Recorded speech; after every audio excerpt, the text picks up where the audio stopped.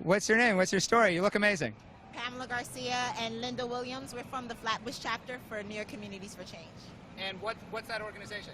Essentially, we're a coalition, and we work with different organizations to try and provide changes for residents that live in communities where they're fighting for affordable housing as well as quality education. And today, where we're really looking to make some changes when it comes to the climate. And what's the connection between housing, education, global warming, all these things? What ties it together? Well, essentially for us, it's very imperative that we know who's going into office and what it is that their platform stands for. So when it comes to legislation and how they can go about fighting it through the powers that be, they ultimately can help make that particular, changes throughout when it comes to how they go about with their platform. And I see your sign here says, organize to survive. What does that mean? Well, in order for us to be able to not only survive, but to make sure the changes come about, we have to organize, and it starts with the people. All right. Well, thank you so much. I don't mean to say, but actually, if people want to learn more about the work that NYCC is doing, do you know how they can do that? We have a website, but we're also located at 2 Nevin Street, downtown Brooklyn.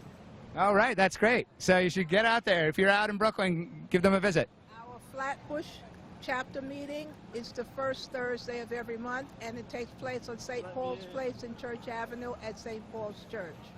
And do you think that the city, the state, federal government has done enough for the communities that have been impacted by Sandy?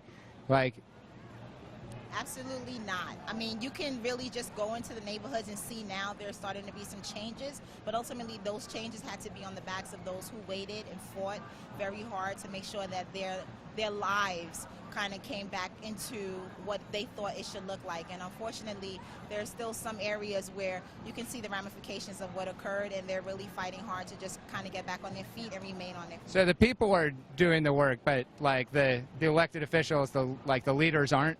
Well, a lot of organizations came and supported those residents that were unfortunately impacted by Hurricane Sandy, and while a lot of the legislation was trying to catch up with what was going on, it was really the people that organized and kind of made it happen for those who were in need of some of what they were looking for immediately.